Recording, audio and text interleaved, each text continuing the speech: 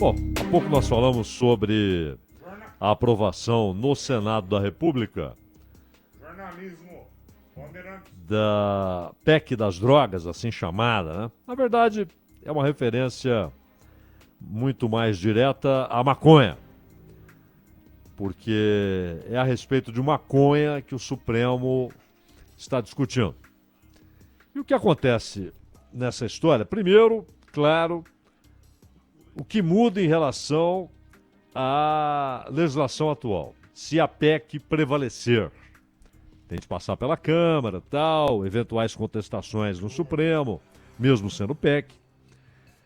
O que muda? Nada. A não ser um aspecto que traz alguns problemas, que foi proposto inclusive pelo Rogério Marinho, e há um problema contratado nisso que ele sugeriu e foi aprovado pelo Senado, já vamos falar sobre isso.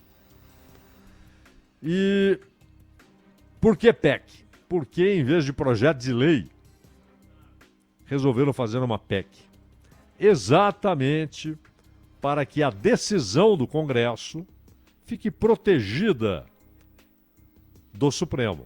Um projeto de lei, primeiro, o projeto de lei tem de passar por sanção presidencial, eventuais vetos, aí volta para o Congresso, que pode derrubar ou não os vetos, e fica sujeito, claro, depois de aprovado, a contestações no Supremo. O Supremo pode chegar à conclusão que a lei aprovada é inconstitucional. E é claro, se a lei ordinária contraria a Constituição, obviamente prevalece a Constituição. Então, escolheram esse caminho, uma proposta de emenda à Constituição. Infelizmente, esse caminho tem sido trilhado com muita frequência. Virou um negócio banal. Banal. Ou seja, vamos votar isso aqui. Ah, isso aí o Supremo vai contestar, vai derrubar, vai dizer que é inconstitucional. Então vamos fazer uma PEC. Bom, nós tivemos o absurdo daquela porcaria de teto de gastos virar texto constitucional. E, além disso, muita gente fica perplexa porque percebe que toda essa queda de braços é para não mudar quase nada em relação à lei que hoje existe a respeito do tema. Aquilo que está no Código Penal, que basicamente é o seguinte: o porte, o uso, tem de ser punido, mas não com prisão. Não vai prender o cara porque ele está fumando um baseado. Então, o sujeito muitas vezes tem de participar ali de trabalhos comunitários. Enfim, você tem as chamadas penas alternativas e nada de cadeia. Essa é a ideia. O caso chegou ao Supremo, o assunto chegou ao Supremo, porque alguém que já estava preso foi flagrado ali com uma quantidade muito pequena. E aí, o Supremo decidiu tratar aquilo como quantidade típica de usuário e que não deveria haver punição adicional. Nada de punição adicional. E resolveu tomar esse tema para transformá-lo em uma decisão com repercussão geral. Ou seja, valerá para todos os casos. E aí veio o debate elementar. Bom, o Supremo está dizendo aquilo que a lei diz, que usuário não é traficante.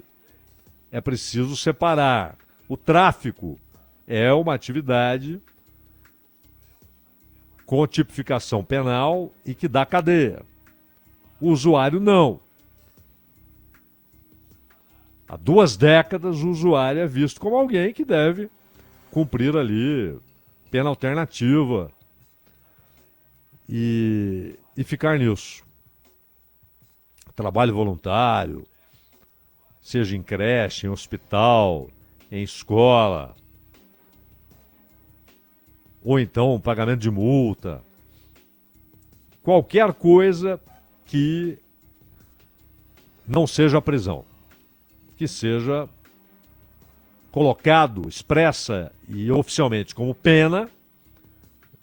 Não se está dizendo, não há crime nessa ação, mas não é um crime cuja punição seja a prisão, seja a separação daquele indivíduo da sociedade, seja o encarceramento. O tráfico, sim. O tráfico leva ao encarceramento. Esse é o princípio. Mas aí vem a questão chave. Que quantidade separa o traficante do usuário? Então, com base nas inúmeras ações policiais, as situações em que fica caracterizado para o policial que é experiente no assunto, que aquele é usuário, não é traficante, que aquele é traficante, não é usuário. O Alexandre de Moraes sugeriu 60 gramas. O Zanin e o Nunes Marques sugeriram 25 gramas, menos da metade daquilo que havia sugerido o Alexandre de Moraes. E teve gente sugerindo 10 gramas. 10 gramas, né? Para ser o limite entre a condição de usuário e a condição de traficante. Se fosse só isso, e o Supremo argumentando, o problema é que o Congresso nunca decidiu isso. O Congresso nunca decidiu que quantidade separa o traficante do usuário. E por que a preocupação? Porque quando você pega a totalidade dos casos registrados pela polícia no Brasil, a polícia do Amazonas, do Pará, da Bahia, do Rio Grande do Sul, do Mato Grosso, de São Paulo, do Rio, de Goiás. Você percebe que o critério é aleatório. E mais, em São Paulo, alguém pode ser visto e tratado pela lei, pelo Estado, como usuário, com a mesma quantidade encontrada com outro que foi tratado como traficante. Ora, alguém é detido com 60 gramas e é tratado como usuário. O Estado considera que ele é usuário e, portanto, não está sujeito à prisão. A 10 quilômetros dali, um outro sujeito é flagrado também com 60 gramas, mesma quantidade. E o Estado o trata como traficante e, portanto, sujeito à prisão. Então não pode ser só a quantidade. E no judiciário levantou-se a preocupação com o seguinte: o fato de ser um pobre que foi encontrado com 60 gramas e tratado como traficante tem relação com o fato de que aquele outro, que também tinha 60 gramas, foi tratado como usuário e era rico, ou morava num lugar legal, tinha um bom carro? Isso está pesando? Ou seja, a desigualdade monstruosa que há no Brasil está representada, ela se manifesta até na hora de se decidir se alguém é traficante ou usuário? Se tem dinheiro é usuário, se não tem é traficante? Esse problema foi levantado. Então o Supremo falou, olha, vamos colocar a quantidade. Com essa quantidade que a gente determinar, os 60 que o Alexandre sugeriu, os 25 que sugeriram Zanin e Nunes Marques, os 10 gramas que foram sugeridos por outros, a quantidade que nós determinarmos é que será o divisor de águas. Não interessa se é rico, se é pobre, se é preto, se é branco, se é homem, se é mulher. É a quantidade. É isso que o Supremo queria determinar. Porém, aliás, no primeiro momento, o Gilmar Mendes queria estender essa decisão para todas as drogas, o que seria um erro gigantesco. Porque as diferenças são enormes. Você não pode tratar maconha da mesma maneira que você trata, que você vê a droga sintética. O opioide, o crack, a cocaína, a heroína, o ácido lisérgico, são coisas distintas, com efeitos não só individuais, não só no indivíduo que usa, mas com efeitos distintos na família, na sociedade, na escola, no trabalho. Os efeitos são muito diferentes. E as consequências no ambiente, na família, na sociedade, os efeitos são muito diferentes. Além do fato de que algumas dessas drogas, elas já podem ser vendidas com atestado de morte, porque elas vão matar o cara. Você tem drogas sintéticas circulando por aí que produzem um imenso risco de morte e que estão sendo usadas, inclusive, por crianças. Então a ideia da generalização feita pelo Gilmar era uma ideia ruim. E ele abandonou, até porque percebeu que seria voto vencido, que nenhum outro ministro iria acompanhá-lo. Então essa ideia foi abandonada, ficou só maconha. Só maconha. Porém, embora negasse, o Supremo começou a dar passos em direção à seguinte decisão. Na verdade, não haverá mais qualquer impedimento legal para o uso e o porte. E são coisas distintas. Porque alguém pode portar não para usar, mas para vender. São coisas distintas. Só haverá para o porte, a posse, se está portando na rua, ou se tem posse da droga em casa ou em algum lugar, a partir de tantos gramas. 60, 25, 10. Foi quando o Congresso reagiu, o Pacheco tomou as rédeas do negócio e apresentou pessoalmente, aí todo o peso de ser presidente do Senado e, portanto, do Congresso, essa proposta de emenda à Constituição. Escolheu o PEC exatamente para que houvesse uma proteção da decisão do Congresso contra alguma decisão do Supremo Tribunal Federal. Como o Toffoli pediu vista, quer dizer, isso anda. Mas há um aspecto interessante aí. É que esse é um problema que hoje atinge a maioria esmagadora dos países, a maioria esmagadora das sociedades. Então você tem o país que reage com a mais severa punição, como a China, a Indonésia, pena de morte para o traficante, né? Além das punições para o usuário, pesadas. Mas para o traficante pode ser a pena de morte. Há possibilidade legal de se condenar alguém à morte por tráfico na China, na Indonésia.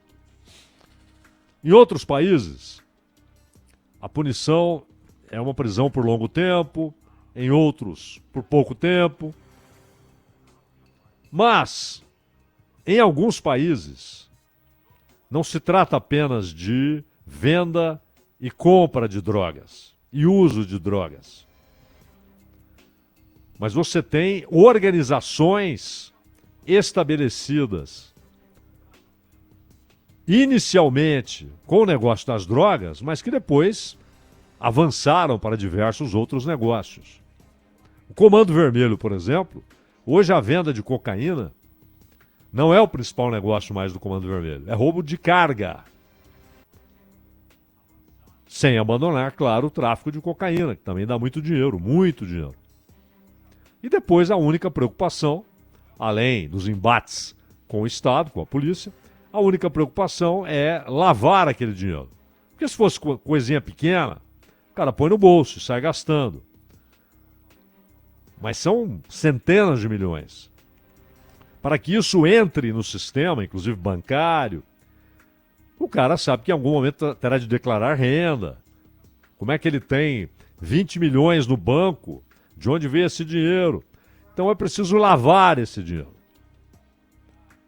E você começa a ter atividades para lavagem, principalmente atividades onde há circulação de papel moeda.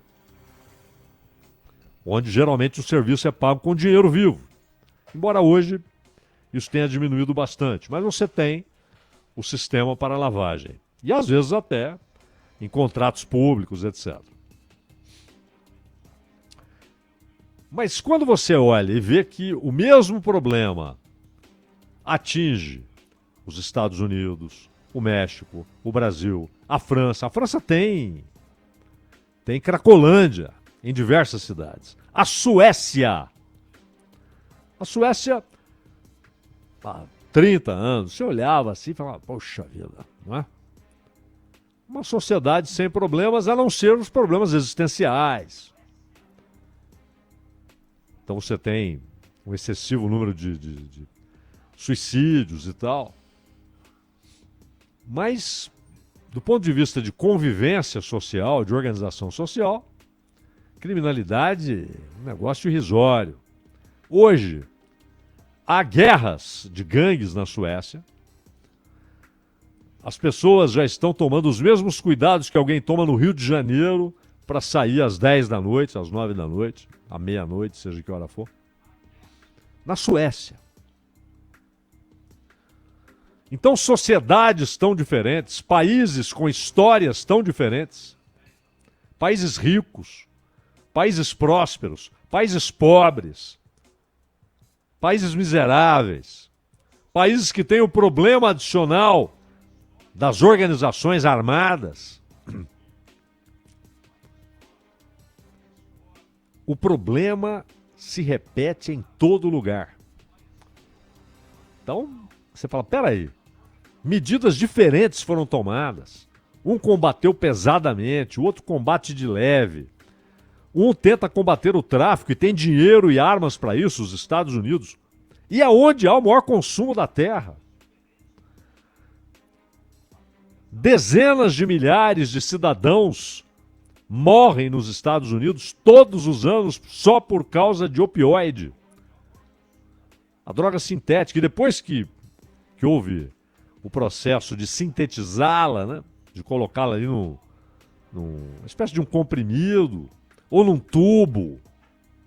Há vários tipos, né? Às vezes é um comprimido como o velho ácido lisérgico, às vezes é um tubo, às vezes é algo que se fuma, às vezes é algo que se injeta, às vezes é algo que se bebe, às vezes é algo que se cheira. Mais de 50 mil por ano. Isso é o que os Estados Unidos perderam no Vietnã.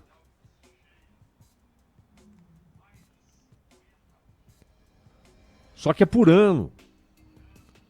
E eles têm armas, eles têm polícias bem equipadas e não conseguem deter o problema. Pelo contrário, é um problema que só cresce e que provocou tantos danos na sociedade, provocou degradações, provocou uma derrocada de valores no ensino, na formação, começa a atingir crianças. Você vê imagens hoje da Filadélfia ou de São Francisco e você fala, peraí, isso aí é o centro de São Paulo, é a Cracolândia, é o mesmo cenário. E também em São Paulo não é mais o crack, só. Mas também as drogas sintéticas chegaram. E o terrível é quando crianças são alcançadas nesse processo e se tornam usuárias. E fica claro, porque houve um momento em que o consumo de droga era uma coisa ali de gente rica e mais velha. Isso no início do século XX. O Freud fez referências, menções a essas drogas. Mas era uma coisa muito restrita e que depois continuava ali em pequenos grupos e tal. Depois da Segunda Guerra, inicia-se esse processo de proliferação, de massificação. E na chamada contracultura,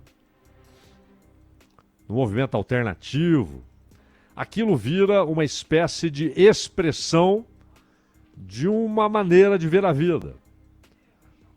Eu não quero saber da sociedade industrial, eu vou romper com a sociedade industrial, eu vou vender coisas artesanais, ou seja, que não passam por processo industrial, coisas artesanais na rua.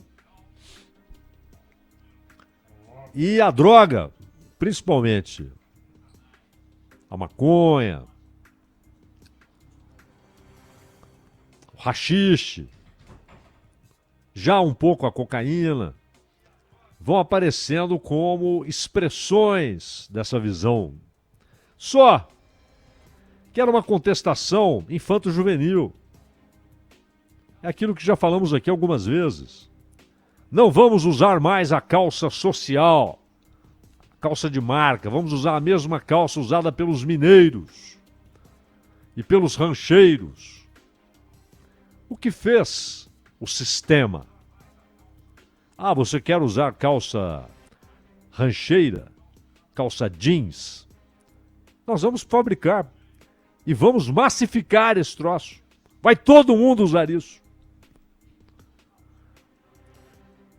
A música tal que as pessoas usavam como maneira de contestação, uma música de ruptura, o que fez o tal sistema? Vocês querem ouvir isso? Sem problemas, nós vamos industrializar isso. E vamos massificar. E transformaremos isso em parte da indústria, chamada indústria cultural. Será uma parte da indústria cultural. Isso não contesta nada, isso não derruba nada, isso não rompe com nada. Isso é absorvido por esse sistema e depois ele devolve em forma de mercadoria. E o sujeito achando que está contestando. Mas ainda era algo restrito. Por faixa etária, por padrão de vida. Só que depois, quando isso começa a avançar, vira um grande negócio. Um grande negócio. Aparecem grupos, depois cartéis, controlando esse negócio. E há uma massificação que começou a atingir adultos, adolescentes, crianças. E havendo demanda, haverá oferta. E quando a oferta se torna mais difícil, ela fica mais cara apenas. Ela não desaparece. Quando ela tem de enfrentar mais resistência policial, quando ela tem de tomar mais cuidados, fazer viagens mais longas, ou usar sistemas para driblar a vigilância policial, sistemas mais complicados, complexos, Isso só encarece o produto.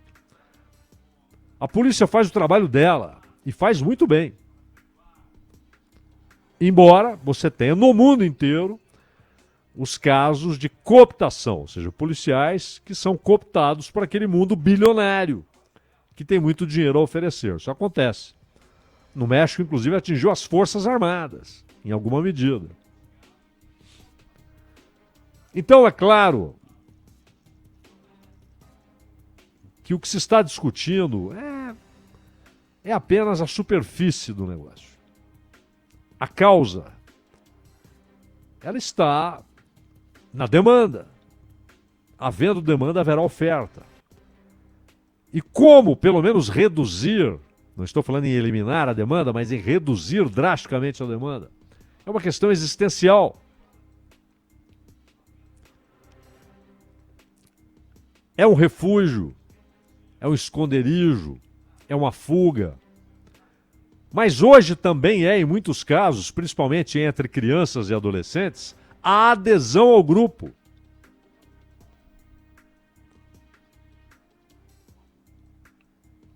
A adesão e a aceitação. Aderir e ser aceito, muitas vezes passa pelo uso desse troço, de alguma das drogas. Então é preciso quebrar essa cultura de transformação da droga no refúgio, no esconderijo. Houve tempos em que a arte era esse refúgio. Houve tempos em que o refúgio era físico. O sujeito se isolava, virava um ermitão ou um monge. Houve tempos em que eram as manifestações culturais diversas, artísticas. O esporte. Você tem vários refúgios que foram usados ao longo da história. Um lugar onde você fica à margem das mazelas existenciais. Mas as drogas avançaram de maneira avassaladora, até porque é um grande negócio. E esse é um princípio capitalista que é reproduzido no tráfico de drogas. Ou seja, nós não vamos apenas vender porque as pessoas querem. Nós vamos produzir uma cultura que leve as pessoas a quererem. O capitalismo faz isso. Nos seus primórdios, ele produziu o que a sociedade queria consumir. Depois ele passou por vários mecanismos, inclusive culturais, a determinar o que as pessoas querem consumir. O que elas vão consumir. O que elas passarão a desejar. E o tráfico reproduz essa lógica, esse mecanismo capitalista. Até porque ele é uma derivação do mundo capitalista. O Congresso tem de decidir, provavelmente vai aprovar a PEC, depois haverá esse meio campo aí, o Supremo vê se não tem cláusula pétrea atingida, aquele papo todo. Vão definir alguma quantidade como limite. Mas o problema seguirá intocado, meu caro Danilo Gobato. Lembrando que